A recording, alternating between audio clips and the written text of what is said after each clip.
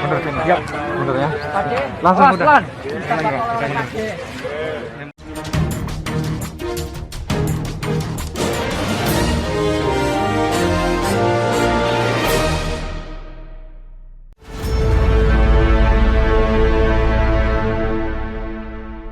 Halo, apa kabar Anda semua? Kembali bersama dengan saya Hizbun Arif dan Bung Rocky Gerung dari Rocky Gerung Official. Bung Rocky, kelihatannya sekarang ini ada cara baru kalau Anda mau mendapat perhatian dari Pak Jokowi. Jangan membuat poster, tapi membawa foto bingkai gitu. Ya, bahkan Anda malah dibantu itu oleh para petugas keamanan itu, sehingga bisa bertemu dengan Pak Jokowi itu. Ini dulu yang disebut oleh Clifford Keats sebagai theater state, gitu. Negara teater. Jadi seolah-olah yang ditampilkan itu yang bermutu. Padahal di belakang itu selalu ada cerita panjang, skenario. Jadi betul dia viral sekarang dan orang nggak tahu mau menertawakan siapa, menertawakan orang yang terjatuh atau menertawakan orang yang menonton orang yang terjatuh. Karena dia tunggu kan, hanya menunggu itu adalah Presiden Jokowi. Jadi kita bayangkan bagaimana cara istana untuk menghidupkan teater state ini. Dibungkus dengan segala macam kamera, diuji dulu di istana, bocor juga. Jadi sebetulnya ini skenario-skenario yang berkali-kali kita udah duga itu pasti pencitraan nggak pernah berhenti. Dan kelihatannya Presiden Jokowi udah ketagihan pencitraan tuh. Karena itu bisa dimengerti kalangan istana juga membaca gerak tubuh Presiden Jokowi yang ingin agar supaya dia hadir terus sebagai dalam bentuk pemberitaan. Jadi ketagihan skenario, ini rejim yang ketagihan skenario. Tapi skenario bocor melulu tuh. Artinya ada pembocor skenario juga di sana yang merasa, saya menduga kalau saya bikin analisis, ini yang ditugasin bikin skenario udah bosen sebetulnya nih. Ganti-ganti skenario lama-lama dia bocorin juga tuh. Jadi itu soalnya. Ya. Ini memang betul seperti Anda sampaikan, viral banget ini. Bagaimana momen ini, saya penasaran, saya cek ini kejadiannya di Cilacap ini, kemarin di Cilacap. Jadi ada orang rupanya nggak tahu, tapi nggak dijelaskan apa motifnya. Yang jelas dia bawa foto, tidak ada Pak Jokowi dan kemudian dia sempat ditahan oleh petugas dan kemudian lari. Tapi ini kameranya ini merekam sejak awal kejadian ketika dia masih ditahan oleh petugas sampai kemudian bertemu Pak Jokowi. Ini kemudian orang pada bersenang-senang karena menganggap wah ini behind the scene pencitraan dari Pak Jokowi terbongkar. Gitu.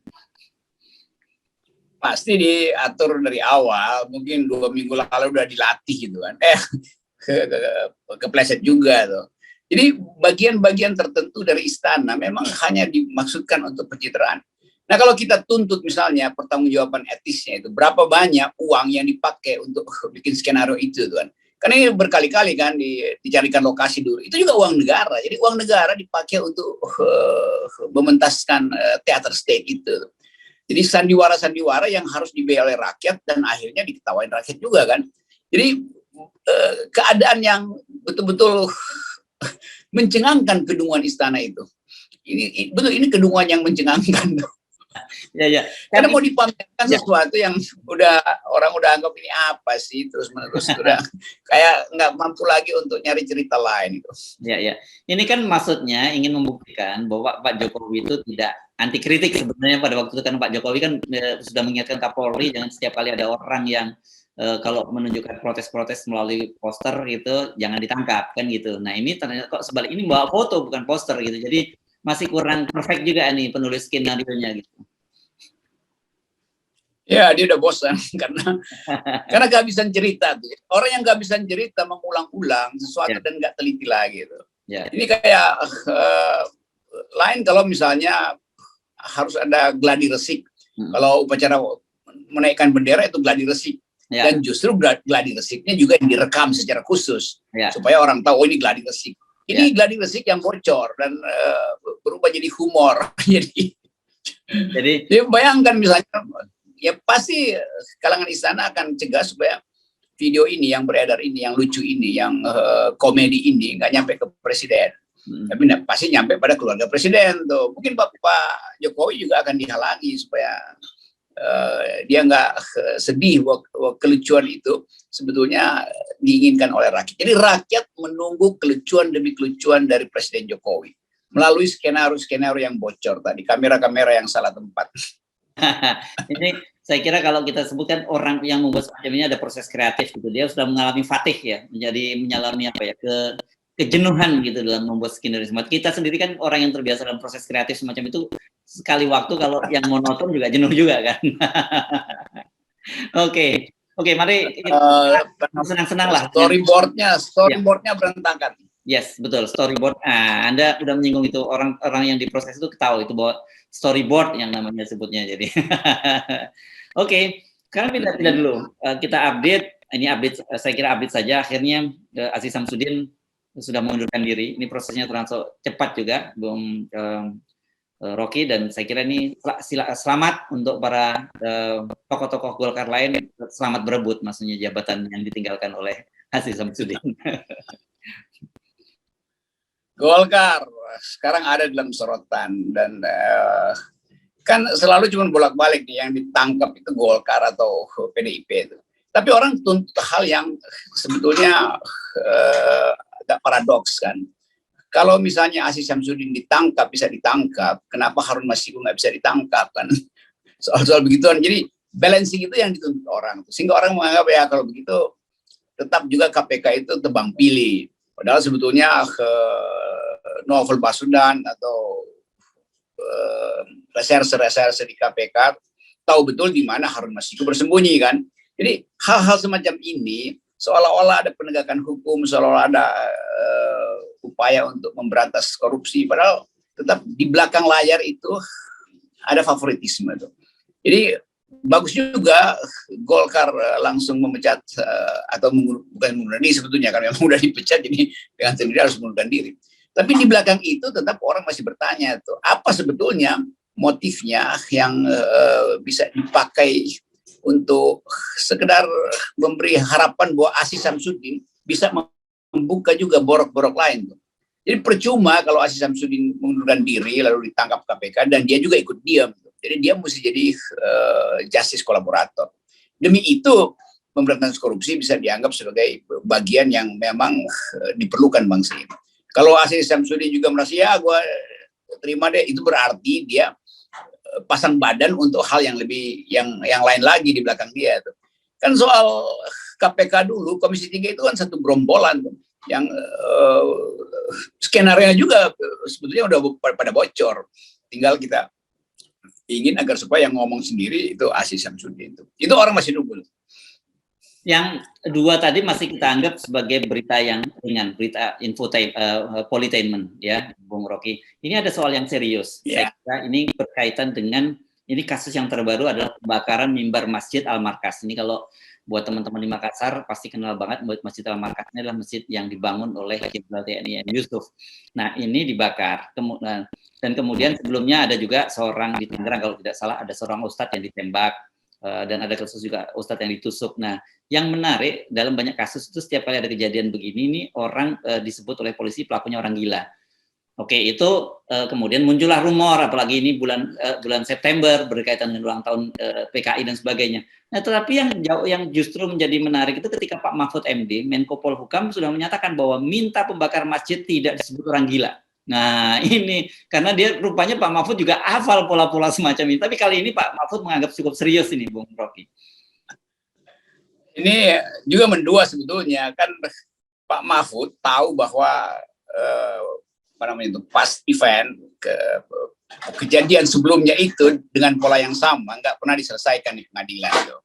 Nah sekarang dia bereaksi, maka dia kejebak dua kali. Dia seharusnya bilang bongkar dulu yang lalu, baru orang percaya bahwa yang sekarang juga satu pola dengan yang lalu tuh, atau upaya untuk tidak mengoranggilakan yang sekarang. Jadi kalau Mahfud MD nggak mau bongkar yang lalu, ya percuma juga. Karena orang anggap bahwa, loh, kalau begitu dari awal Anda tahu dong, kenapa baru sekarang Anda pastikan supaya jangan disebut orang gila. Kan begitu logikanya kan. Saya mau uji aja tuh pikiran Pak Mahfud. Yang kedua, dia justru bikin problem di dalam pengadilan. Karena dia udah kasih sinyal duluan supaya jangan disebut orang gila. Bagaimana kalau betul-betul dia orang gila tuh? Nanti hakimnya bingung lagi. Kan kita juga mesti kasih benefit of the doubt pada problem semacam ini. Jadi itu terjadi semua karena kegalauan Mahfud MD sendiri. Karena dari awal dia tidak konsisten, begitu dia konsisten justru dia bikin blunder lagi tuh kan. Kan dia pejabat negara yang nggak boleh intervensi pengadilan. Tuh. Dia nggak boleh bilang apapun. Seharusnya itu yang dia lakukan. Yang boleh bilang itu adalah publik, karena publik selalu merasa setiap kali ada pemuka agama dianiaya, maka oleh cepat-cepat polisi menyebut itu orang gila sehingga nggak diproses. Ini yang mestinya dipersoalkan oleh Mahfud, bukan yang kasus sekarang. Jadi begitu kira-kira. Nah memang selalu ada semacam suasana intelijen itu, suasana intelijen. Karena selalu dihubungkan dengan menjelang 30 September, selalu ada peristiwa-peristiwa yang mengingatkan. Jadi kita masuk di dalam kasakusuk dan nggak ada keterangan resmi dari kekuasaan apa yang terjadi. Jadi sekali lagi Pak Mahfud oke-oke aja, tapi dia mesti konsisten. Di belakang yang lalu dia juga mesti bongkar supaya ada ritme yang sama dalam membaca gejala setiap akhir bulan September. Iya, iya. Oh, oke. Tapi ternyata ini kalau saya baca lebih detailnya, memang Pak Mahfud mendorong ini agar kasus ini dibawa ke pengadilan. Jadi biar hakim yang memutuskan orang itu gila atau tidak. Jadi yang diminta oleh Pak Mahfud itu polisi jangan buru-buru memutuskan dan kemudian menganggap kasus itu selesai karena orang itu gila gitu. Karena memang Anda betul tadi sangat sensitif, ini bulan September, kemudian orang selalu mengkait-kaitkan itu dengan ulang tahun partai PKI dan kita ingat dulu bahwa salah satu yang menjadi persoalan serius itu ketika pada peristiwa 65 itu ada juga tudingan bahwa PKI membunuh para ulama gitu. Nah, ini modus yang terulang lagi sekarang ini. Ya, G30S bukan ulang tahun PKI ya. Itu. Ya, bukan ulang tahun PKI. Maksudnya orang mengingat peristiwa itu tuh. Ya. Jadi benak kita masih ada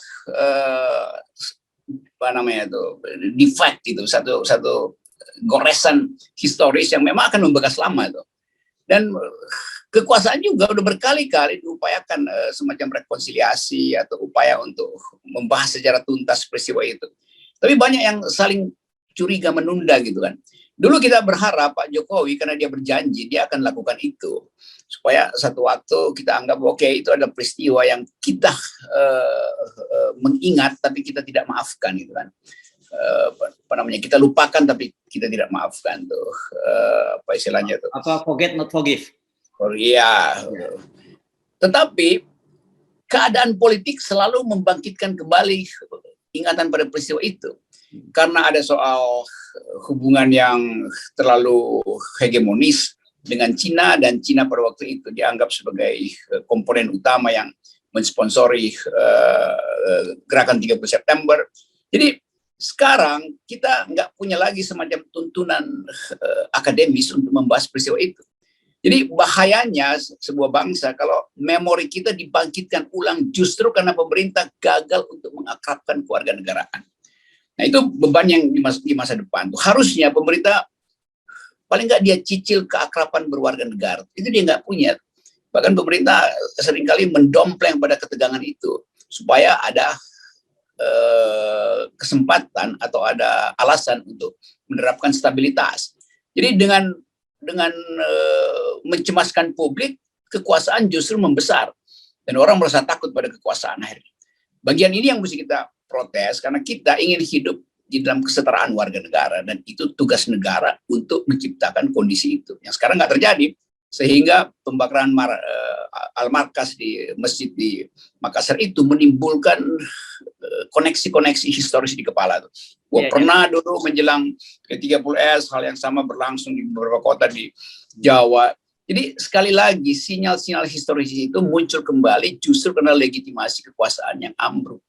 Ya. Nah, saya memahami mengapa kemudian Pak Mahfud ini sangat khawatir karena ternyata misalnya sekarang ini Muhammadiyah misalnya, saya mendengar juga mereka sudah mulai menginstruksikan agar para ustadz-ustadznya atau ya tokoh kiai-kiainya Muhammadiyah itu dikawal gitu oleh para pendekar tapak suci, oleh kokam gitu, karena situasinya memang membuat mereka ini mengkhawatirkan kalau terjadi hal semacam itu. Dan kemudian kita tahu tadi satu memang ini suasana muncul ini karena ketidakakraban di antara bangsa yang kita sebut sebagai pembelahan, dan kemudian di tengah itu memori yang Anda sebut tadi, di masa lalu ada poros Cina dulu disebut Jakarta Peking. Sekarang ini kan juga meskipun tidak secara formal, orang juga melihat ada namanya poros Jakarta Beijing ya, karena keakraban rezim pemerintah dengan rezim pemerintahan Cina. Betul, dan dimensi itu yang dibaca di dalam persaingan Cina Amerika sekarang. Jadi pemerintah Amerika juga membaca bahwa kok Indonesia nggak bisa tegas ya pada Cina itu dalam soal Cina Selatan tuh, sehingga Amerika menganggap bahwa upaya untuk menyelesaikan peristiwa 30 September tahun 65 juga atau peristiwa perang dingin yang basisnya adalah ketegangan ideologis itu belum selesai di Indonesia.